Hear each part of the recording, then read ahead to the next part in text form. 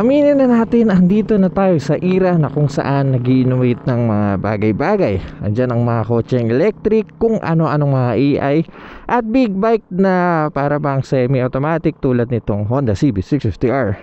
Magandang itsura, inline 4, dito palang panalo ka na. At ang bagong pinagmamalaki ng Honda, itong e-clutch, which is kung beginner ka at itong unang kukunin mong motor, mukhang di ko may recommend sa'yo.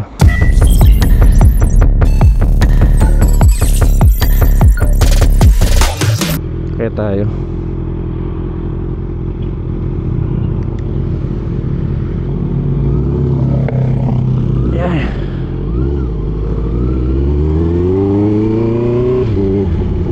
itong CB650R na bago ang masabi kong isa sa mga must have naked bike nyo kung naghahanap kayo ng machong tunog tulad na lang ito. Dahil yan sa makina niya na gumagamit ng line 4, kaya ganito na lang tumunog ang CB. Yan o. At yung sporty looking design niya na dating retro, hindi ko alam kung good thing yun or bad thing, pero para sa akin pasok naman yun. What?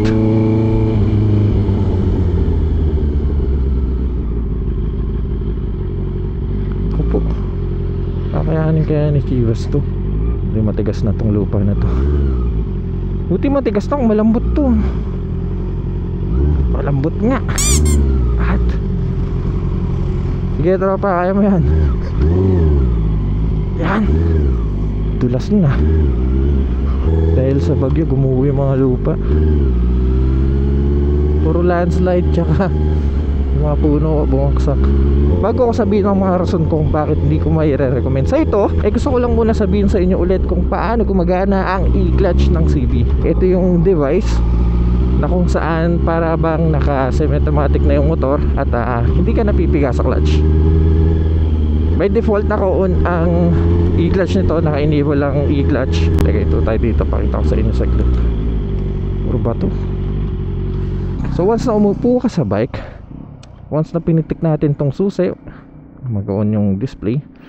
Kapag nag-start tayo, naka-neutral, hindi mo na kailangang pigain pa yung clutch lever para mag-engage yung first gear. Kailangan mo lang gawin, bakan tong shifter natin at mapupunta na siya sa first gear. Kapag aandar na tayo, usually ang mga motor na de-clutch, kailangan natin pumiga dito. Actually wala nang load to eh. Ayan. Dito sa e-clutch, wala, piga lang kayo nang hindi na huwipiga sa clutch lever. Ayan lang. Then meron na rin tayong quick shifter. Teka, ano ba itong lugar na to?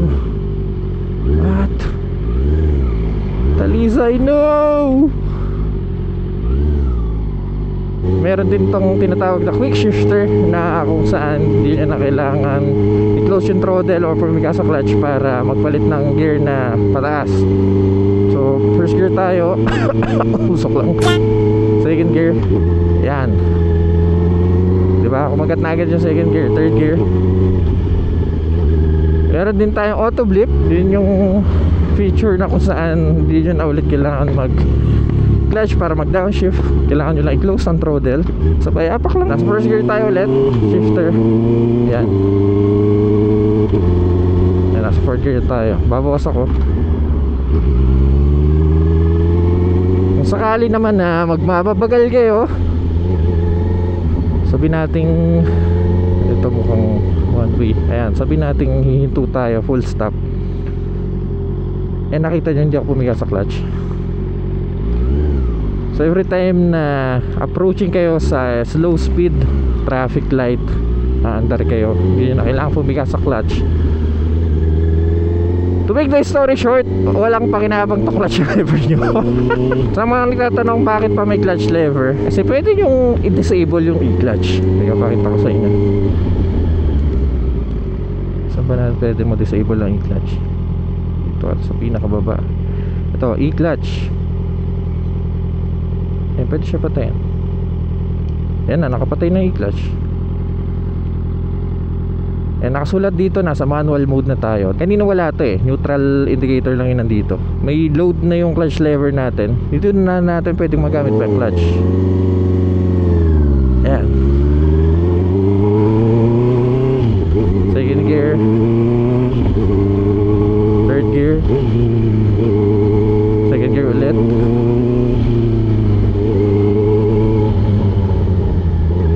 Yan, para na tayong normal na rider.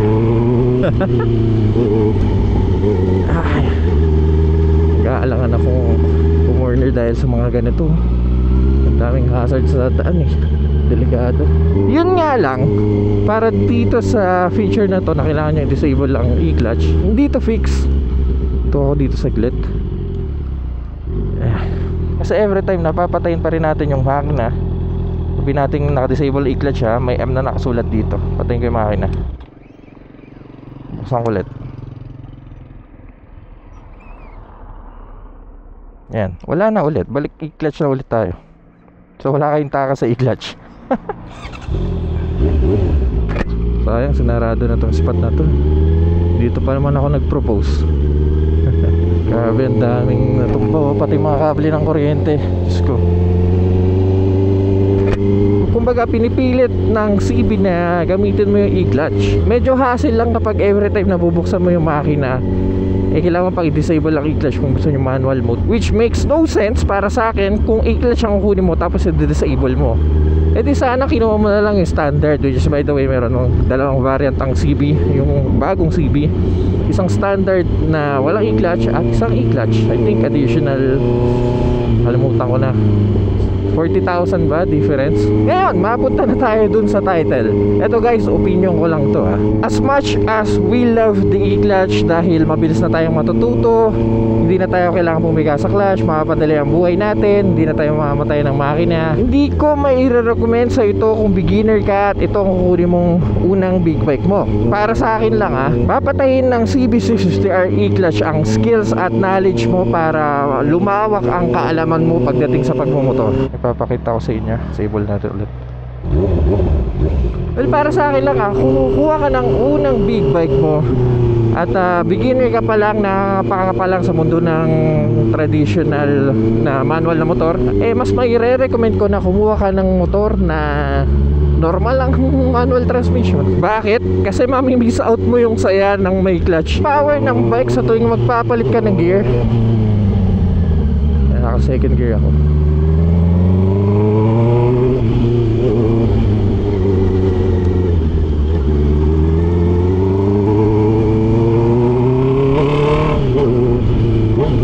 Yun yung rev match na dapat mong matutunan. Uy, ano yun? Kable ba yun o saan nga? At yung tinatawag na clutchless shifting. Hindi mo kailangan ng quick shifter para magawa to. Kailangan mo lang tamang timing. Para lang ditong rev match pero pataas. Nasa first gear ako. Ayan, second gear, hindi ako pumiga sa clutch. Third gear, rev match. Diba? Sabihin na lang natin ganito, para bang meron tayong anak na imbis na turuan natin verbally kung ano ang mga dapat nilang matutunan, ang ginawa natin, binigyan natin sila ng iPad. O bahala ka sa buhay mo dyan, huwag ka na umiyak. Parang ganun eh.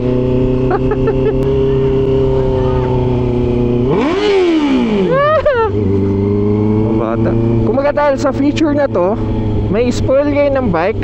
At ang mahirap pa dyan, kapag gumamit kayo ng ibang motor na naka-manual or traditional manual ang transmission. So every time ka nagagamit ka ng ganong klaseng motor, kakainin ka ng bike. Itong masarap yung approaching ka in low speed tapos pipiga ka sa clutch, tapos gaganyan-ganyan ka na onte. Pag naka-e-clutch, di mo magagawa yan kasi abante ka lang ng abante.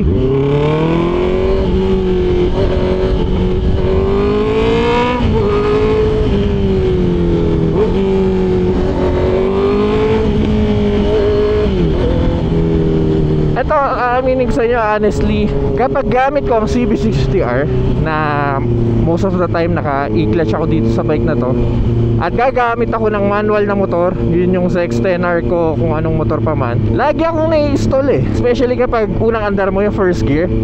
Kasi hindi ako napiga sa clutch akala ko nasa CB pa rin ako. Magka nagiging mancha sa akin yung sistema kapag gamit ko to, which is ayoko mangyari sa inyo, lalo na kapag nasanay kayo. So mas maganda mag-aral kayong magmotor ng gamit ang manual transmission, yung traditional manual transmission.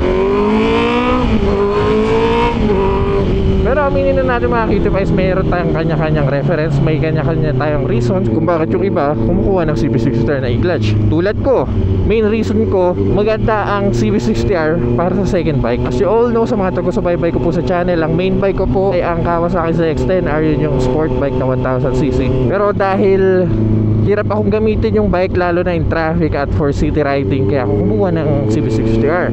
Mas relax at hayahay ang kaliwang kamay ko kapag traffic kasi hindi na ako piga ng piga. Kasi sa ZX-10R ang tigas ng clutch lever ko eh. By the way guys, naka-disable pa rin yung e-clutch ko kaya ako pipiga sa clutch.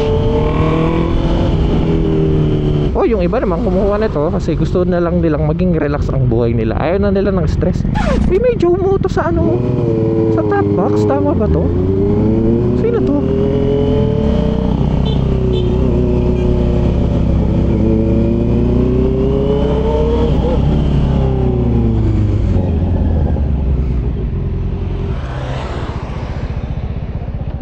Para kilala kita. Yung ano, yung... Kemp? Ikaw ba si Kemp?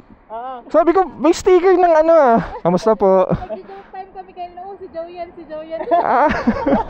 Sabi ko, teka, nag-vlog ako, sabi ko may sticker sa top box. Saan kayo papunta? Parang sa picnic group yata, lumagpas na kami. Business dito. Oh, ingat kayo ah. Ma'am. Sige, ingat ah. Hinto pa tayo dito sa CrossFit Mountain. Diretso tayo. Explore tayo dito. Hindi ko pa kayo nadadala dito sa bandang to ng Tagaytay eh. Dito maganda yung daanan. Pero makakitipay sa amin sa inyo, sobrang hayahay gamitin ng e-clutch na CB. Magka naka-inline fork ka na dapat macho ang tindigan mo, pero at the same time parang kang binibibi kasi wala kayong clutch eh. Kaya kung kukuha kayo ng motor, importante talagang tanungin mo muna ang sarili mo, ano ba ang purpose ko kung bakit talaga kukuha ng motor? Gusto ko ba ma-enhance yung skills ko sa pagmamotor? Gusto ko bang makatipid sa oras? Gusto ko bang maiwasan ang traffic? Gusto ko bang relax lang ang buhay ko? Pero saan ako pupunta ng lugar to? Ano ba to? People's Park na ba to? People's Park pala to. Mukhang kailangan natin bumaba. Dito tayo sa bandang to. Ay, dito pa dito.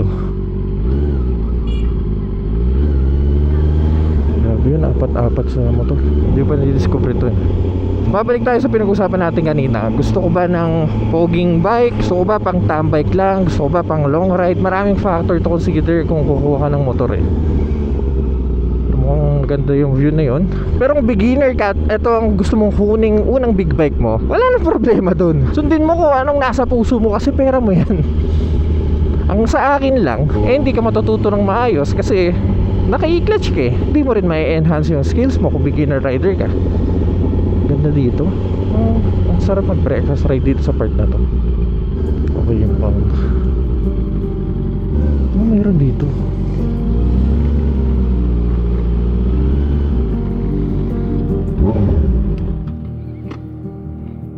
Hindi ko na alam kung asan ako ngayon, pero ito ang kagandahan sa pagmumotor eh. Naliligaw ka na pero excited ka pa rin. Kaya mga Kitty-Pies, kung tatanungin ko kayo, gusto kong malaman ang side nyo tungkol dito sa pinag-uusapan natin ngayon. Kung para sa inyo ba may re-recommenda nyo ang 2024 CB60R na e-clutch para sa mga beginner rider? Let me know in the comment section down below. Baybayin ko kaya itong daan na to. Saan kayo papunta to? Kaya mga Kitty-Pies, kung nag-enjoy po kayo sa video na to, kindly leave a like. At kung mahilig kayo sa mga ganitong content, huwag kayong mag-alala dahil nasa tamang channel kayo. So make sure to press that subscribe button dyan sa baba. Kaya mga Kitty-Pies, sana all may kasamang jowa. At see you sa next content.